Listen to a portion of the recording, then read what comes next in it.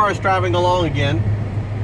I'm driving a 2005 Land Rover LR3, and this is a SE model, and it's an SE7, so it has the 7-seat capability, riding 7 people along. Now this is the top level of the LR3s, so it has lots of features on it. I mean, some things that are obvious, some things that are kind of cool.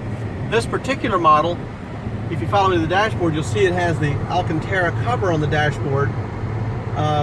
The dashboard in these things are pretty well known to have cracks and stuff, so this is a solution to that. By using this Alcantara up top on the dash, it'll take care of that. Also, if you notice, it has an information center here. It's kind of, the sun's kind of coming in and out on it, but you can kind of see it here. And this tells you your vehicle height, all kind of 4x4 information. And as you'll see, once we take the vehicle off-road, you'll notice that it shows you what mode you're in, and it'll also show you that the center differential will lock and the rear differential will lock as well. Because this is the up model. It has all the every option was actually available. Now this one has 164,000 miles on it.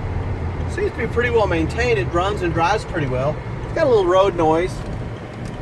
These things are known for having a little road noise on them. That was one of the downfalls of them. But there's no warning lamps on the dashboard. I can just kind of take the camera over here and I'll show you that there's no warning lamps at all. It doesn't have anything that's saying, hey, I'm broken. It doesn't have any of the suspension issues. A lot of times you hear about the air suspension, which really, the air suspension on these are really good. I mean, a lot of people, they say the air suspensions have problems and they're problematic, but as long as you maintain the vehicle and if something goes wrong you fix it, they rarely have any problems. And even then, it's the repair cost on the air suspension is not as bad as it used to be. But this one really drives good. I like it. I enjoy driving it. It's got all the sunroofs and everything, and this one actually has a rear entertainment system, which we'll show some pictures of for the rear seat, you know, the DVD player and stuff for the rear seat passengers. We're going to take it off-roading here. We're going to drive off here in these sand dunes and see what she'll do. We'll kind of give it a wherewithal. We'll check out that center locking differential and see how well that does.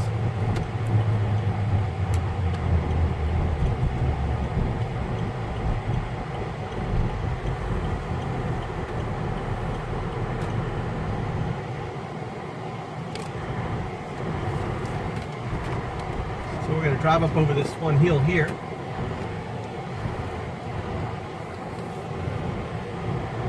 Now, like the Discoveries before this, these have a much better ride because they're independent suspensions all the way around.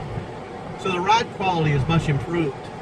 Now this one has pretty much street tires on it, so it's going to be a little diminished as far as what it'll do off-road, but you'll be surprised at what it'll actually do when off-roading. And we can actually change the terrain. So what we're going to do is we're going to stop. The camera is going to show this is actually where you select the gears, where you select what you want to do. So we'll slip the vehicle into neutral, and then we're going to select here the first rung on the ladder, let's call it. This is grass and gravel, and then we can go to the next step, which is actually mud ruts or sand. So we can go here. Now, a lot of times people will put it in low range right here. For now, we're going to leave it in high range, and we're going to drive on it. But one thing we want to do also is we're going to go ahead and adjust the suspension height. So we're going to push this button forward, and it's going to raise the vehicle. Now the vehicle is now raised to an off-roading height. So now we can drive around in the off-road. So we're going to give it a little wherewithal over here, drive it in the sand. And it gets pretty good traction. I mean, these are pretty well known for being able to go off-road, get good traction.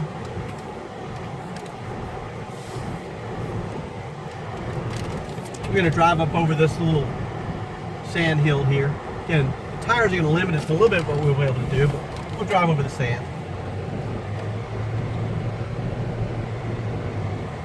Now, another thing I want to point out, and we'll turn it out of the sun so we can see it a little bit better, is watching this. If you'll notice, this shows you your center differential and the rear differential. Now, we're going to go back and climb that same hill, and I want you to notice that this will change to a lock from an unlocked position. So after we get around there, I'll show you what this looks like. See it go red and change to a lock position? That means it locked the differentials. Now we're going to do the same hill. This time we're going to go into low range on the four-wheel drive.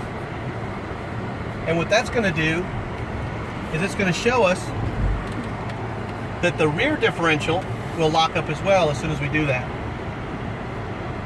So we're going to go around and get cornered up with the same little hill. We'll put the car back into neutral, and we're going to put it into low range with using that. If you'll see that now it's in low range, and it's telling us that low range has been selected. And we're going to climb this same hill, and we'll watch the locks then. You see the center lock? You see the rear differential lock up? So now they're both locked as we climb this hill.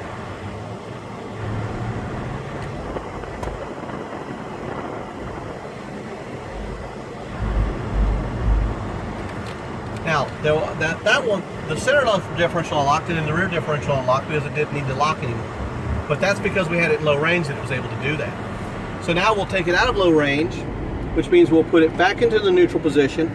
We'll shift it forward. Now it's out of low range, it's selected back to high range. Now we're still going to leave the ride height the same, and we're going to show you from the outside what things look like.